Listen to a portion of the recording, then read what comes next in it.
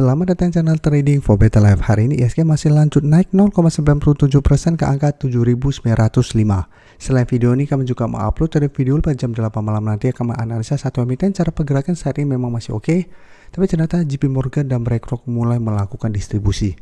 Dan di video ini cuma analisa satu emiten, cara pergerakan memang sudah mulai melemah, tapi ternyata direkturnya masih terus melakukan akumulasi. Bagaimana potensi saham ke depannya, apakah masih menarik untuk kita coba hold? Yuk kita coba pelajari analisanya di video ini. Semoga analisa diberikan ini bisa bermanfaat dan membantu teman-teman dalam mengambil keputusan.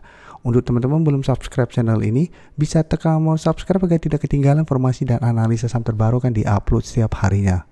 Di video ini saya coba analisa saham TPA yang jika kita lihat cara pergerakan dalam satu bulan terakhir memang sudah mulai melemah. Jadi beda dengan ISG dan saham-saham lain yang saat ini sudah uptrend dan naik lumayan tinggi, TPA dalam satu bulan ini malah melemah. Dan secara teknikal bisa kita lihat TPA saya sudah berada di bawah garis EMA 50. Jadi saat ini garis EMA 50 di sekitar harga 9.350 sudah berubah menjadi resisten. TPA saat ini masih mencoba untuk naik di atas harga 9.000. Dan cara pergerakan saat ini TPA sudah tidak uptrend seperti sebelumnya. Karena sebelumnya TPA naik sangat tinggi setelah berhasil break garis EMA 50-150. Jadi pada saat masih berada di sekitar harga 2000-an, TPA saat ini sudah naik sangat tinggi, sempat menyentuh harga 10 ribuan. Tapi setelah itu bisa kita lihat saat ini pelan-pelan sudah mulai patah tren untuk tren jangka pendek uptrendnya, tapi tren jangka menengah sebenarnya TPA masih oke. Karena saat ini masih ada support 8000 atau garis EMA 150-nya. Dan kalau pemberitaan dengan judul pentolan dari TPA cicil saham lagi di harga pasar. Jadi jika kita baca sekilas ketika pemberitaan ini, direkturnya masih menambah lagi porsi kepemilikan sahamnya pada tanggal 13 September ini. Jadi harga pembeliannya di sekitar 8.950 dan 8.975. Sebelumnya juga direktur ini juga masih melakukan pembelian di sekitar 9.450 dan 9.500 pada tanggal 30 Agustus dan 2 September. Jadi direkturnya masih terus melakukan pembelian di harga yang lumayan tinggi. Jadi apabila teman-teman saat ini ingin coba pantau saham TPA, karena mungkin cara pergerakan saat ini memang melemah, tapi karena saudaranya saham brand saat ini masih lanjut naik, TPA apabila teman-teman ingin coba pantau, masih bisa coba pantau. Tapi untuk entry saat ini, coba wait and see, lihat apakah TPA satu minggu ke depan masih kuat berada di atas 9.000. Apabila tempatnya masih gagal naik di atas 9.000, lebih oke menurut saya adalah coba tunggu kembali di sekitar harga 8.600. Dan jika kita lihat broker summary, memang menarik, satu minggu ini asing sudah mulai masuk akumulasi. Dan di broker summary, jika kita lihat kenaikan 1% lebih ini di top 1 memang ada sedikit akumulasi, tapi average ini tidak ada akumulasi maupun distribusi.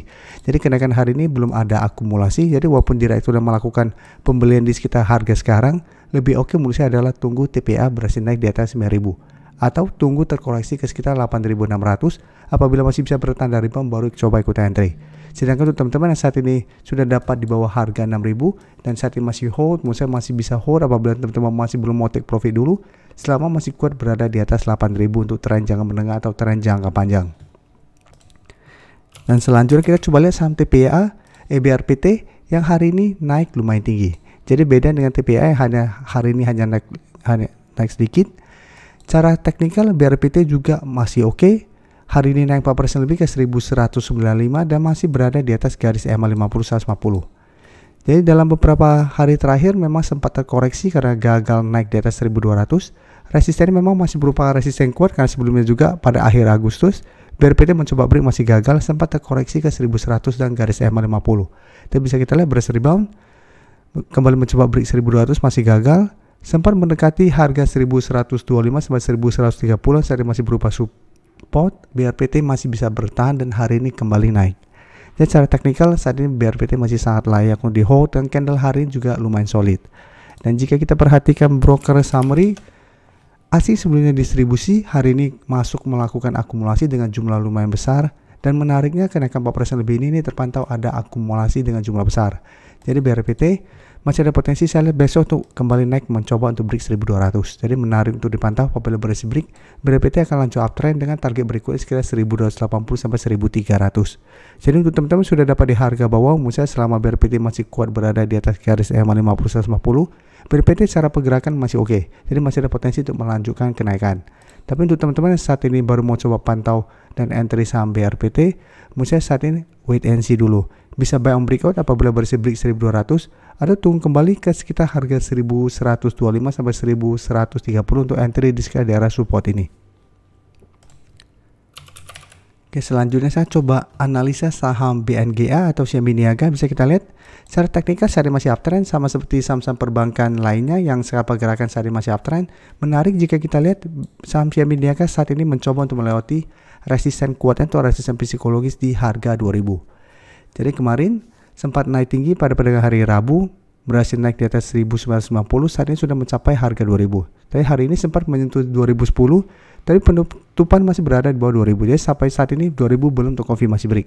Tapi secara pergerakan apabila teman-teman sudah punya di harga bawah, Bank Xiaomi Niaga masih layak untuk di hold. Dan bisa kita perhatikan di broker summary pada kenaikan hari ini, asing 2 hari terakhir sudah mulai masuk akumulasi setelah sebelumnya keluar. Dan bisa kita lihat kenaikan hari ini walaupun cuma 0,50% ini terpantau ada akumulasi dengan jumlah lumayan besar.